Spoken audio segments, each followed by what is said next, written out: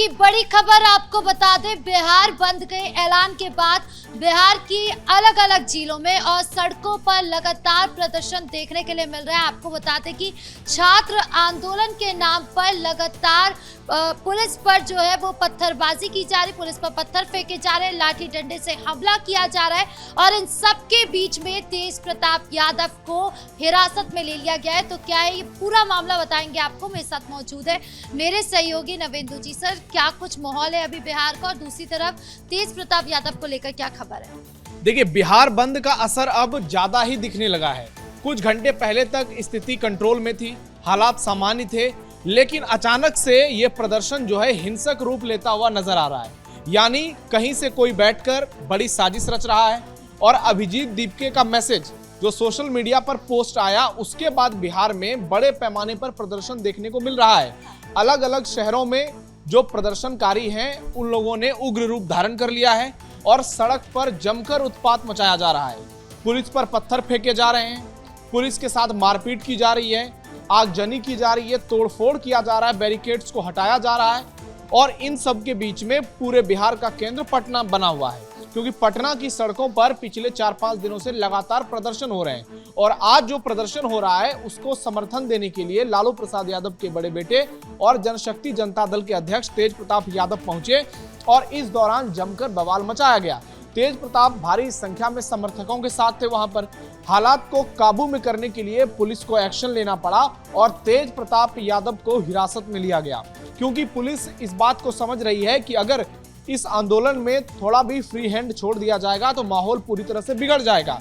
और तेज प्रताप यादव पिछले कुछ दिनों से केंद्र सरकार और बिहार सरकार पर आक्रामक नजर आ रहे हैं, क्योंकि उनकी प्रत्याशी वीना मानवी का बांकीपुर उपचुनाव के दौरान नामांकन रद्द हो गया है और वीना मानवी और तेज प्रताप यादव ने प्रशांत किशोर का समर्थन कर दिया है। ऐसे में तेज प्रताप लगातार सम्राट सरकार का विरोध कर रहे हैं। पिछले कुछ दिनों से ये देखने को मिला था जब लालू परिवार में सुरक्षा घटाई गई थी, उस दौरान ही तेज प्रताप यादव सामने आ गए थे और सम्राट चौधरी पर हमला बोला था।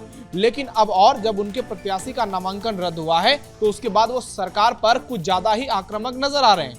इसी कड़ी में वो इस प्रदर्शन में शामिल हुए और वो इतना बड़ा रूप लेता जा रहा था कि पुलिस को एक्शन लेना पड़ा।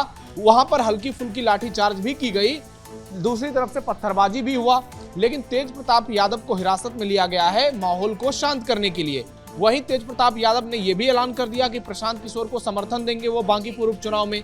तो अब तेज प्रताप यादव के समर्थकों का कहना है कि बीजेपी सरकार जानबूझकर ये कर रही है, क्योंकि हम लोग बांकीपुर में चुनाव जीत रहे हैं और बीजेपी इससे डर गई है, इसलिए लगातार हम पर एक्शन ले रही है। लेकिन जो तस्वीरें पटना से आ रही है वो निश्चित तौर पर चिंताजनक है, क्योंकि जिस तरीके से माहौल बनाने की कोशिश की जा रही है और अभिजीत दीपके के मैसेज के बाद जो सड़क पर ये भारी संख्या में उपद्रवी उतर रहे हैं, चाहे वो NSUI के हों, आयसा के हों या फिर वो दूसरे पॉलिटिकल पार्टियों से जुड़े हो, सब सिर्फ और सिर्फ इस वक्त उत्पात मचा रहे हैं और सबका एक ही मकसद नजर आ रहा है कि किसी तरह से सरकारी संपत्ति को नुकसान पहुंचाओ, पुलिस के साथ मारपीट करो और बवाल मचाओ। जबकि दूसरी तरफ जंतर मंतर पर आप देखिए, सोनम वांगचुक का अनशन खत्म हुआ, उसके बाद सरकार और कॉकरोच जनता पार्टी के बीच बातचीत चल रही है।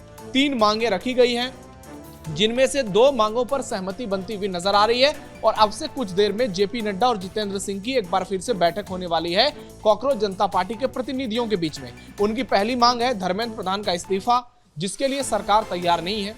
दूसरी मांग है जिन छात्रों ने आत्महत्या की है उनके परिवार को 1 करोड़ की मुआवजा। इसको लेकर कहना है कॉकरोच जनता पार्टी का कि सरकार का रुख जो है सकारात्मक नजर आ रहा है। और तीसरी जो मांग है कि जो लोग हिंसा में शामिल हुए और जिनके ऊपर केस दर्ज हुआ है वो केस हटाया जाए।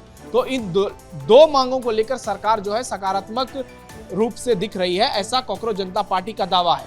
लेकिन धर्मेंद्र प्रधान के इस्तीफे को एक सोची समझी रणनीति के तहत इतना बड़ा मुद्दा बनाया जा रहा है कि पूरे देश में आंदोलन को उग्र किया जा रहा है और ये लोग किसी की बात सुनने का नाम नहीं ले रहे हैं, कुछ भी मानने के लिए तैयार नहीं है और हर तरफ सिर्फ और सिर्फ हिंसा की खबरें आ रही है। अभिजीत दीपके का जो वीडियो सामने आया उसमें ये भी कहा गया कि अब जो प्रदर्शन करेंगे जंतर मंतर के बाद वो बिहार में ही होगा और विशाल प्रदर्शन किया जाएगा। और इसके साथ ही उन्होंने कहा कि सम्राट चौधरी को इस्तीफा देना ही होगा। और जैसे ही उनका ये वीडियो सामने आया उसके बाद से ये प्रदर्शन उग्र होता चला गया। देखिए किस तरीके से ये प्रदर्शन जो है नया रूप लेता जा रहा है। इस पूरे प्रकरण में सम्राट चौधरी कहीं नहीं थे। बात हो रही थी धर्मेंद्र प्रधान की, बात हो रही थी केंद्र सरकार की, और कुछ तिलचट्टे नरेंद्र मोदी तक का भी इस्तीफा मांग रहे थे। लेकिन अब देखिए इन लोगों का पैटर्न कैसे बदलता जा रहा है। उत्तर प्रदेश घुसने की इनकी औकात नहीं है, क्योंकि ये जानते हैं कि योगी आदित्यनाथ वहां पर हैं और अगर ज्यादा बवाल मचाया तो एक एक तिलचट्टों की कुटाई हो जाएगी।